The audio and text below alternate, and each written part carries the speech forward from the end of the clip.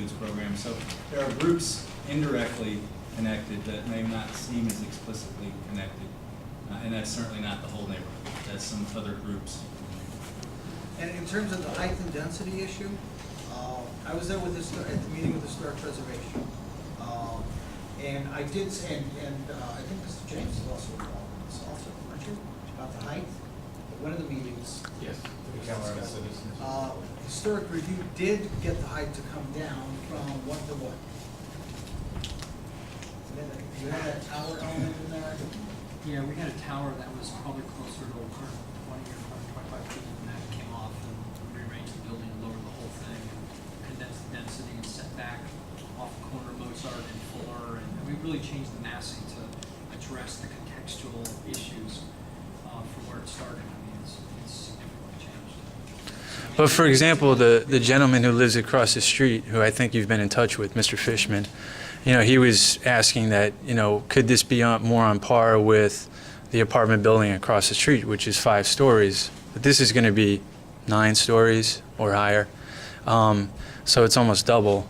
I guess my that density is away from the corner. It's not near the context. I mean, we were originally at 90 at the corner of Fuller and Mozart, and lowered that to 5 stories, which is the height of all the buildings, the other apartment buildings at that corner, and pushed our density back to the spot on the site where the zoning allows a 90-foot building along Columbia Road. So anticipating that that will also touch the appropriate context, we shifted the massing of the building away from the residential corner and to the place on the site that we basically could handle it. And without that density, you know, you really start to infringe on the practicality of the project, because if you take another floor off, you lose another 15 units. You know, it's...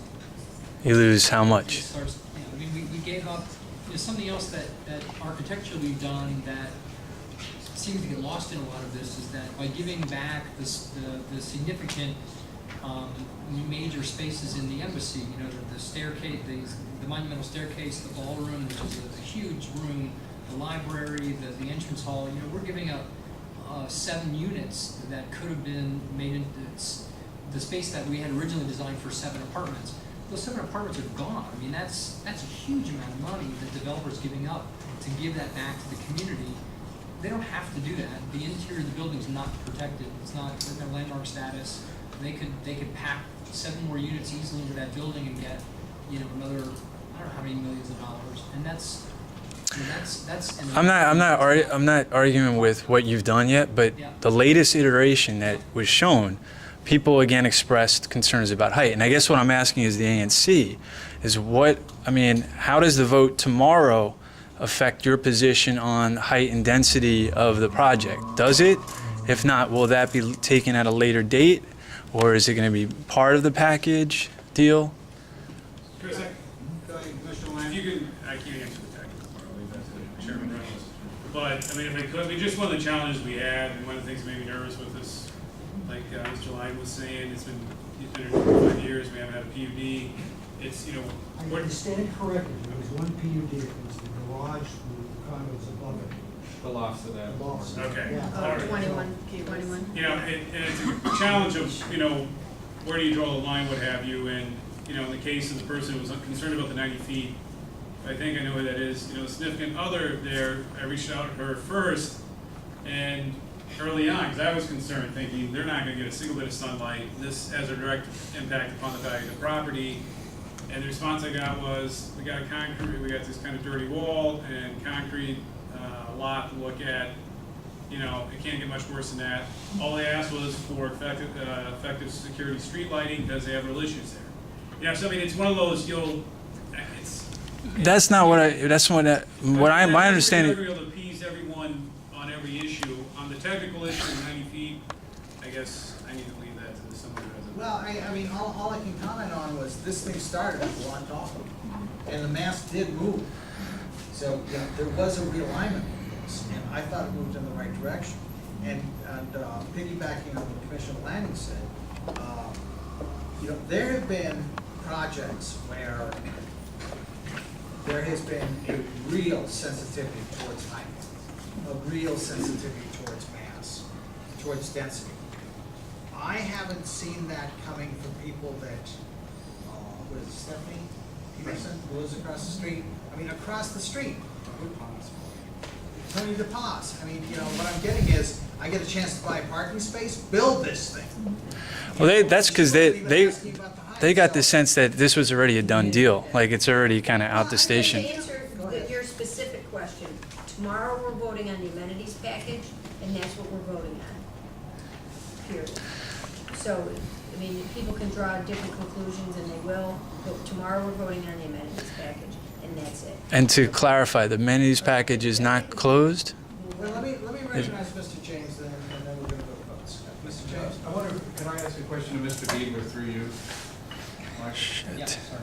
At the KCA meeting and on the phone with Patrick Cook, I suggested, and we had a presentation of the project, full bore presentation. It was much more than we expected. It was great. But I suggested the possibility of making it a courtyard because it's going to be off of some of this community space that you referred to, and making that available to the community on some sort of a regular basis for afternoon. There's a place like a contemplation in the city, sort of like a library reading room, but it's open. And so I just wondered if you'd be willing to, I don't know if you just said, oh, that's Dennis talking, come on, or maybe you actually considered it a little bit. I didn't try to make it a resolution. I don't want to speak for the owners, but I will. That was always contemplated because that space is off of the ballroom, which is part of that place that's accessible. So, and again, there's going to be this condo association or an association that runs the rating, and my fantasy is that something's up. They say, like, I'd like to go in the courtyard, and they say, okay, well, close you in, and they can go to the courtyard and read or whatever. Really, it has.